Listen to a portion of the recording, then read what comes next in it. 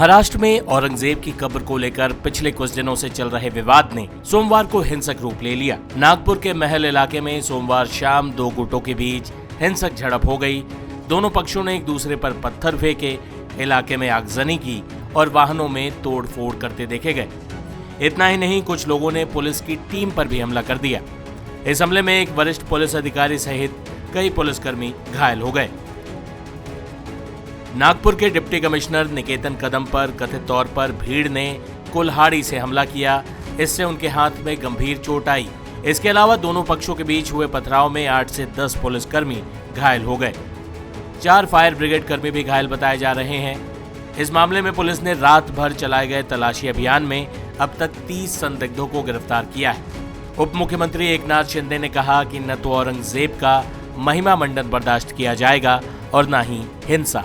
समाज कंटक जो है उनको बख्शा नहीं जाएगा।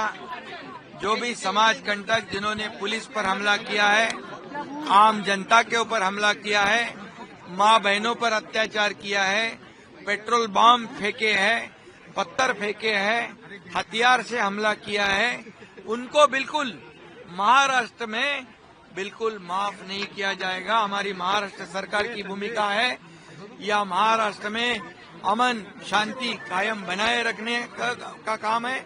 और इसलिए मैं जनता से भी अपील करूंगा कि पुलिस अपना काम कर रही है।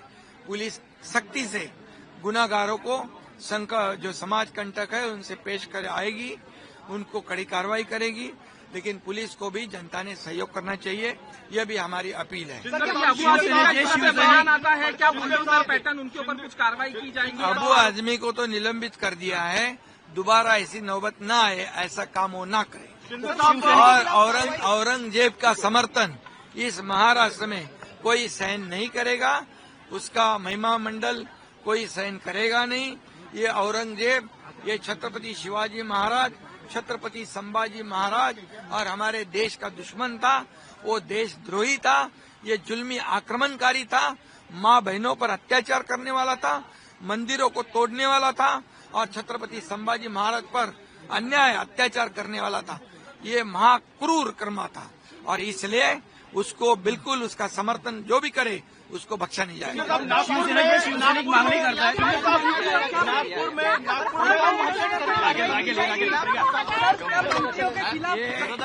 ये जनता की भावना है। ये जनता की भावना है। देखो, जनता की भावना हमारे राजा के प्रति, छत्रपति संभाजी महाराज के प्रति बहुत ही गंभीर है और इसलिए उन्होंने जो आंदोलन किया है वो आंदोलन जायज है। उनके मन में जो है हमारे राजा के प्रति प्रेम भावना है और औरंगजेब के प्रति जो देशद्रोही है उसके प्रति गुस्सा है।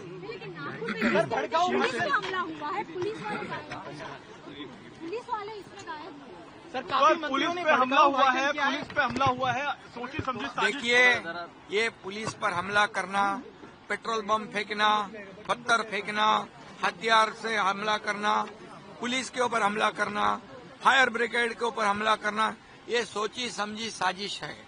और इसीलिए जो सोची समझी साजिश से कानून व्यवस्था बिगाड़ने की कोशिश करेगा, कानून जो भी हाथ में लेगा उसको बख्शा नहीं जाएगा। वही हिंसा का असली दर्द झेला उन दुकानदारों ने जिनकी रोजी रोटी आग की भेंट चढ़ गई। अपना दर्द बताते बताते स्थानीय दुकानदार रो पड़े। मेरी दुकान में बंद किया 10:30 बजे। मेरे किराना स्टोर की दुकान बंद करके आया। मैं खाना खाने बैठा, शोरगुल हो रहा था। मैं ऐसे ही कुछ समझ नहीं आ रहा था। फिर एकदम से एक फटरे मारना, लाठी चलना। मैं एकदम से घर बाहर जाके देखा तो वहां से गाड़ियों को घसीट के फोड़ रहे, गाड़ी को, गाड़ी पे आग लगा रहे। 3 लोग अंदर घुसे। उन लोग को ऊपर से भैया लोग ने चिल्ला चले, एक तो उन लोग निकल गए। मैं वो बेचारा पूरी गाड़ी ऐसे जल के ऊपर तक अंगार जल की वो पूरी गाड़ी थी। मैं आया पानी का पाइप लेके गाड़ी को मैं कैसे बुझाने के लिए, तो मेरे को पत्थर फेंक के मार दिए। ये पूरा पत्थर फेंक के मारा। मैं घर के अंदर घुसा। हम लोग ने पुलिस को फोन किए थे। यहाँ पे जब ये सब काम हो रहा था, हमने पुलिस वालों को 3 बार फोन किए। मैंने नहीं किया, सभी लोग नहीं किए, मैंने अपने से किया, लेकिन नहीं आए। वो आए कब, जब ये पूरी पिक्चर खत्म हो गई। उसके बाद पे वो जला जुलू के मार के और भाग गए। वो आधी गली से उधर आधी गली से उधर भाग गए। उसके बाद पे पुलिस आई है। मतलब क्या हुआ, आज सबकी गाड़ियां, आज पूरी गाड़ियां एक, किसी ने किस्तों पे लिया, किसी ने सेकेंड हैंड लिया, कोई कैसे लिया। आज बेचारे कई लोग तो मेरे यहाँ पे जो रेंट पे है उन लोग का क्या हाल होगा, बेचारे तो कैसे कैसे कर दे। आज पूरी गाड़ी। इसकी कंप्लेंट आपने की है? कंप्लेंट मांग क्या है आपकी? अरे हमको बस यही है कि भैया कुछ नहीं, चलो जो हुआ सो, हमको गाड़ी जो है, जो भैया हम लोग की गाड़ी का दो गाड़ी मेरी जली है, वो किराएदारों के आगे गाड़ी चली, बाजू पड़ोसी के आगे गाड़ी चली। गाड़ी का कुछ तो, गाड़ी उठा के लेके जा रहे थे रात को, हमने नहीं ले जाने दी भैया। वो बोले तुम उधर पे जाके, हम बोले उधर जाके क्या हम चक्कर लगाएंगे पुलिस स्टेशन पे? वो बोलेंगे आओ जी जाओ जी, कुछ नहीं। अरे ये गाड़ी को अगर तुम बोलते कि हमको 0.5% या 1% भी गाड़ी का हर्जाना देते तो हम मानते थे। आपको ये कैसा लगा, चोट कैसी आई? ये मुझे पत्थर मारा गया ना, मेरे ये गाड़ी इधर खड़ी थी, पूरे आग लगी थी, मैं गाड़ी को आग जल रही थी बुझाने के लिए मैं बाहर आया तो पत्थर यहाँ से लेके वो ऊपर बिल्डिंग तक के मारे, वो वहाँ के पूरे बिल्डिंग के ऊपर कांच फूट डाले। यहाँ 9:30 से 10:30 के बीच में कम से कम 200 से 300 लोगों की यानी आए, या जमघट हुआ, तैयार हुआ। जमघट होने के बाद में ये गाड़ियों को खींचने में आई इधर में, और यहाँ कार सामने खड़ी थी। मेरा रामनवमी पोद्दारेश्वर राम मंदिर की झांकियों का, मेरा डेकोरेशन का पूरा माल खड़ा था यहाँ, तो उन्होंने सब निकाल के मेरी बाइक, मेरे भाइयों की बाइक, इन्होंने सब रोड पे लाके यहाँ जलाए। और जलाने के बाद में ये गलियों से भाग गए। तब तक का पुलिस कम से कम आधा घंटा पौन घंटा ये चलते रहा प्रोग्राम। हम वायरलेस पे मैसेज डालते गए पुलिस स्टेशन में, मगर कोई पुलिस की फौज यहाँ आई नहीं। ये सब वाकया होने के बाद में 1 से 1.5 घंटे के बाद में पुलिस यहाँ पर तैनात हुई। तब तक का सब कुछ यानी आगजन सब हो चुका था। अभी हमारा कहना ये है कि हम लोगों की जो गाड़ियां है जो जल चुकी, अभी हमारे पास जाने के लिए कोई साधन नहीं, कोई गाड़ियां नहीं है, तो इसका कुछ अगर गवर्नमेंट या कुछ इंश्योरेंस क्लेम से अगर मिलता हो तो बहुत अच्छी बात होंगी। यहाँ कहा जा रहा है कि सीसीटीवी जो लगे थे उसको भी तोड़ा, उसको सबसे पहले टारगेट उन्होंने सीसीटीवी जितने कैमरे लगे हुए थे ये सबको पहले उन्होंने टारगेट किया गया। पहले सबसे पहले वो कैमरे तोड़े ताकि उनका चेहरा वो रिकॉर्ड ना हो, और रिकॉर्ड ना होने के कारण की वजह से फिर बाद में इन्होंने गाड़ियों को अपने लाके यानी जलाना चालू किया। सबसे पहले उन्होंने सीसीटीवी कैमरे को टारगेट बनाए थे। वही विपक्ष ने भी इस हिंसा के लिए सरकार पर हमला बोला है। देखिए, पिछले चंद हफ्तों से जो स्टेटमेंट्स महाराष्ट्र के सरकार के मिनिस्टर्स और चीफ मिनिस्टर तरफ से आ रहे हैं उसको देखने की जरूरत है। और सबसे बड़ा प्रोवोकेशन तो वो सत्ता में है, गवर्नमेंट में है, और गवर्नमेंट प्रोवोकेटिव स्टेटमेंट्स दे रही है। और बड़ा अफसोसनाक है, आप देख लीजिए पिछले 4-5 दिन पुराना स्टेटमेंट उठाकर देख लीजिए, तो ये वो खुद प्रोवोकेशन किए, और उनको इस बात की अपनी जिम्मेदारी का एहसास भी नहीं है कि वो मंत्री हैं, मुख्यमंत्री हैं। और दूसरी बात यह है कि आपने कई तस्वीर किसी बादशाह के बनाकर जलाए पूरे महाराष्ट्र में, कोई रिएक्शन नहीं हुआ, तो आपको तकलीफ हो गई।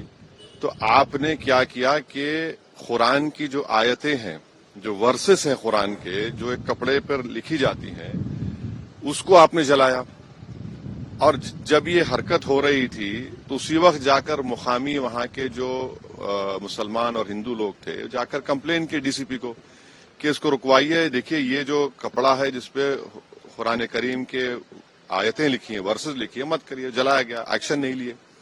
उसके बाद शाम में ये सब चीजें हुई। मैं उसका कंडेम करता हूँ वायलेंस का, मगर इसको टोटल देखिए आप कि जो स्टेटमेंट्स एमिनेट हुए हैं, जो स्टेटमेंट दिए गए हैं मिनिस्टर्स की तरफ से, अभी भी दिए जा रहे हैं, भाई आप रूल ऑफ लॉ को फॉलो करिए ना। आप तो भारत के संविधान पर आपने ओथ लिया है, तो आप कैसे प्रोवोकेटिव स्टेटमेंट्स क्यों दे रहे हैं आप? भाई मुझे कोई चीज पसंद नहीं है, आपको कोई चीज पसंद नहीं है, तो कोई भी अपनी नापसंद का इजहार कानून को हाथ में ले करेगा क्या?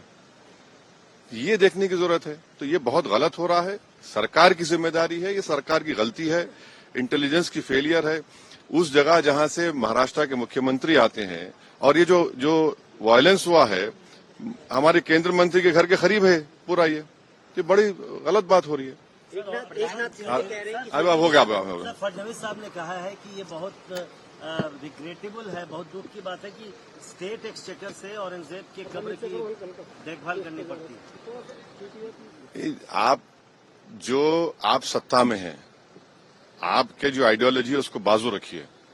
आपकी आइडियोलॉजी होने चाहिए भारत का कॉन्स्टिट्यूशन और रूल ऑफ लॉ को अपहोल्ड करना।